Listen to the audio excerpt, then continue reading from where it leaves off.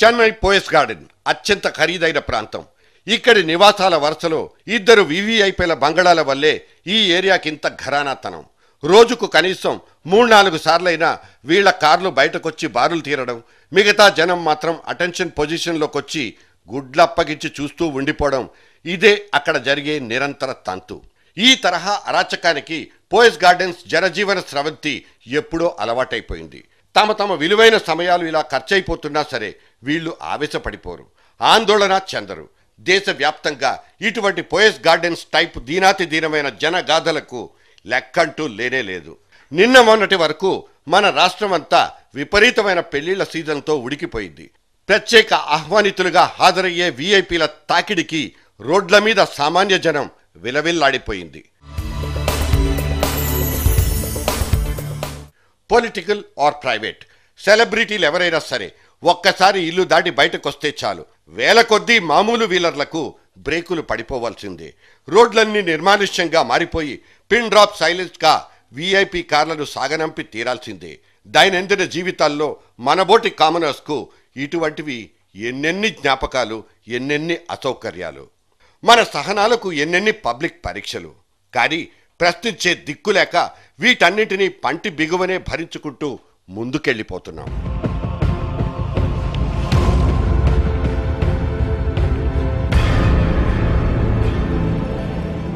మృత్యువుతో పోరాడే వాళ్లను మోసుకెళ్లే అంబులెన్స్లకు దారిచ్చినా అందులో అర్థం ఉంది. ఎర్ర బల్బుతో బల్చిన ఈ కార్లకు మనమెందుకు సైడ్ ఇవ్వాలి? రోడ్లేమన్నా వీళ్ళబ్బ సొత్తా? మనందరికీ ప్రతిరోజు వచ్చే ఇటువంటి ఆక్రోశమే ఇవాళ సుప్రీంకోర్టు వారి మెదళ్లను తొలిచేస్తోంది. అందుకే what is the Genesis of this red light culture అంటూ సర్కార్లను నిలబెట్టి కడిగి పారేసింది సుప్రీంకోర్టు.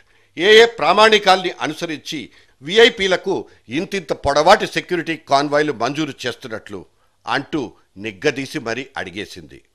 వీవీఐపీ సార్లకు వాళ్ళ కార్లకు రెడ్ కార్పెట్లు పరవడం కోసం ఆ దారెమ్మట కనబడ్డ ప్రతి పబ్లిక్ రోడ్లోనూ మూసేయడమేంటి? ఈ మేరకు మీకోసం మీరు రాసుకున్న రూల్ బుక్ను ఒక కాపీ తీసి మాకు పంపమని సుప్రీంకోర్టు ఆదేశించింది.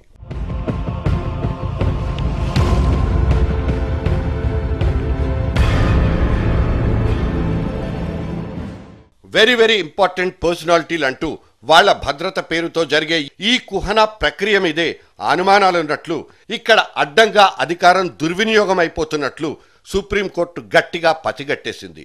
ఒక్కో వీఐపీకి మీ రాష్ట్రాల్లో తగలేస్తున్న సొమ్ములెన్నన్న లెక్కను సమర్పించుకోవాల్సిందిగా దేశానికి, దాని విడిభాగాలైన రాష్ట్రాలకు తాకీదులిచ్చింది కూడా సుప్రీంకోర్టు.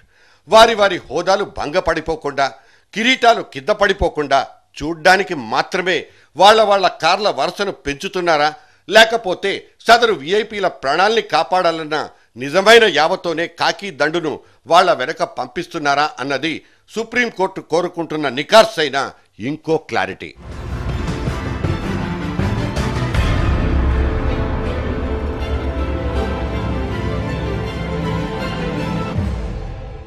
నాట్ సెంచరీ టైమ్స్లో తమిళనాట ఆర్కట్ రాజావారి హోదాను కాపాడడం కోసం అప్పటి బ్రిటిష్ సర్కారే స్వయంగా సదరు రాయల్ ఫ్యామిలీకి వీఐపీ సెక్యూరిటీని ప్రసాదించింది. అది రాజకీయపరమైన దురాశతోనే అన్నది పచ్చి నిజం. మరి ఇవాళ బ్లాక్ క్యాట్స్ కవాతును, కాకి బూట్ల చప్పుళ్లను పక్కన పెట్టుకుని తిరిగేస్తున్న వర్తమాన వీఐపీల సంగతేంటి? వీళ్ళ సెక్యూరిటీ బ్యాక్గ్రౌండ్స్లో సైతం పొలిటికల్ బెనిఫిట్సే కనిపిస్తున్నట్లా అన్నది మనతో పాటు సుప్రీంకోర్టులో ఒక సీనియర్ అడ్వకేట్కి వచ్చిన ఇంకో సందేహం. ఓకే, ప్రభుత్వాల్ని నడిపే పెద్ద మనుషులంతా మనకంటే పెద్ద బాధ్యతల్ని నెత్తిన మోస్తున్న వాళ్లే కావచ్చు. వాళ్లతో మన సమాజానికి బోలెడని అవసరాలు ఉండొచ్చు. ఆ విధంగా అత్యంత విలువైనవిగా మారిపోయిన వాళ్ళ ప్రాణాల్ని కాపాడుకోవాల్సిన బాధ్యత మన మీద కూడా ఉందన్నది ఇంకో వాదన. అయితే ఇక్కడో పాత సంగతి. వ్యక్తిగత భద్రతా సిబ్బంది కుట్రలకు, వాళ్ల చేతుల్లోని తుపాకీ గుళ్లకు మన దేశం పోగొట్టుకున్న మెగా సెలబ్రిటీల సంగతుల్ని కూడా మనం మర్చిపోగలమా? అంత ఫ్లాష్ బ్యాక్ అక్కర్లేకపోయినా నిన్నొకసారి, అంతకు ముందు ఇంకోసారి 2 సార్లు కింద పడిపోయిన తెలుగుదేశపు అధినేతను ఆయన జేబులో ఉన్న అదృష్ట దేవతే కాపాడింది తప్ప ఆయన్ను కాపు కాస్తున్న Z+ కేటగిరీ మాత్రం కానే కాదు. రాజ్యాంగబద్ధమైన పదవుల్ని, పాలనాపరమైన కుర్చీల్ని అలంకరించే పెద్ద పెద్ద మనుషులకు, వాళ్ళ కుటుంబీకులకు ఎర్రబల్బు కార్లు, అందులో అరడజను దాకా సెక్యూరిటీ అధికారులు, ఇవన్నీ మన దేశంలో అయాచితంగా దొరికే ఉచిత వరాలు. Irrespective of their criminal background వాళ్ళ ప్రోటోకాల్ వాళ్ళకు ఉండాల్సిందే. ఇవాళ కుయ్యి కుయ్యి సౌండ్లు చేసుకుంటూ దర్జాగా దూసుకుపోయే ఎర్రబల్బు కార్ల లోపల ఒకప్పటి రౌడీ షీటర్లు ఉండొచ్చు, అత్యాచారులు, లాకప్లో తన్నులు తిన్న చరిత్రకారులు ఉండొచ్చు. అయినా సరే వీళ్లకున్న వర్తమాన పలుకుబడి వీళ్ళకి ఒక అధికార హోదాను కట్టబెట్టేస్తోంది. గన్మెన్లను తొలగించినందుకు ధర్నాలు, రాస్తారోకాలు చేస్తున్న ఇవాల్టి వీఐపీలకు సైకిల్ మీద అసెంబ్లీకి వచ్చిన ఆనాటి సుందరయ్య, కామరాజ్ లాంటి ఐడియల్ పర్సనాలిటీలకు పోలికెక్కడ? సెక్యూరిటీ అనేది స్టేటస్ సింబల్గా స్థిరపడిపోయిన ఈ రోజుల్లో దీంతో మన ఖజానాకు పడే బొక్క గురించి ఆలోచనకు చోటెక్కడ? 5 కుటుంబ సభ్యులున్న ఒక రాష్ట్రపతికి 270 గదులు, 1,50,000 గజాల సైజున్న భారీ బంగళానిచ్చి సత్కరించుకుంటున్న సంగతి మనకు తెలుసు. అలాగే ప్రధానమంత్రి, ఆయన గారి క్యాబినెట్ కొలీగ్స్ కోసం న్యూఢిల్లీలోని దాదాపు 10% భూభాగాన్ని క్వార్టర్స్ కట్టి దాని చుట్టూ 3 అంచెల భద్రతా వ్యవస్థను ఏర్పాటు చేసి బంగారు పంజరంలో పెట్టుకుని భద్రంగా చూసుకుంటున్నాం. కానీ ఇంతటి సువిశాల భారతదేశంలో ఇటువంటి అంతులేని భద్రతా సౌకర్యాలని ఎంజాయ్ చేస్తున్న గవర్నర్లు, చీఫ్ మినిస్టర్లు, ఎంపీలు, ఎమ్మెల్యేలు, ఇంకా సచివాలయాలకు అనుబంధంగా ఉన్న కార్పొరేషన్ల చైర్మన్లు ఎన్నెన్ని చోట్ల ఎంతెంత మంది, వీళ్ల మీద ఈగలు వాలకుండా చూడ్డానికి ఎంతెంత ఖర్చు. లెక్క తీస్తే దిమ్మ తిరిగి మన బుర్రలన్నీ బ్లాక్ అయిపోవటం ఖాయం. పేరు మోసిన పొలిటీషియన్లు మహా అయితే మనం ఓట్లేసి ఎన్నుకున్న ప్రజాప్రతినిధులు, అంత మాత్రాన వీళ్ళంతా ప్రథమ శ్రేణి పౌరుల్లా చలామణి అయిపోవడం అంటే అదో రకమైన రాజరికం, నియంతృత్వం కిందకే వస్తుందన్నది సగటు ప్రజాస్వామ్యవాదుడి ఆవేదన.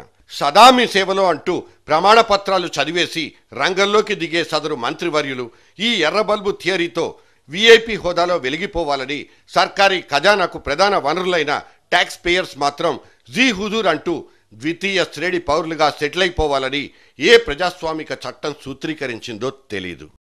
నిన్న మొన్నటి ఢిల్లీ గ్యాంగ్ రేప్ నేపథ్యం మన దేశంలో సామాన్యుడికున్న సగటు భద్రతా సౌకర్యమెంతన్న లెక్కను బయటికి తీసేలా చేసింది.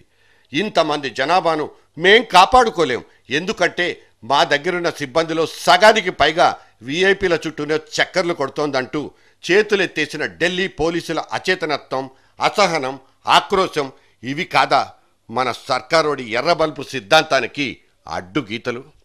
ఎస్, బుగ్గ కార్లకు కూడా ఎర్ర సిగ్నల్ పడాల్సిందే.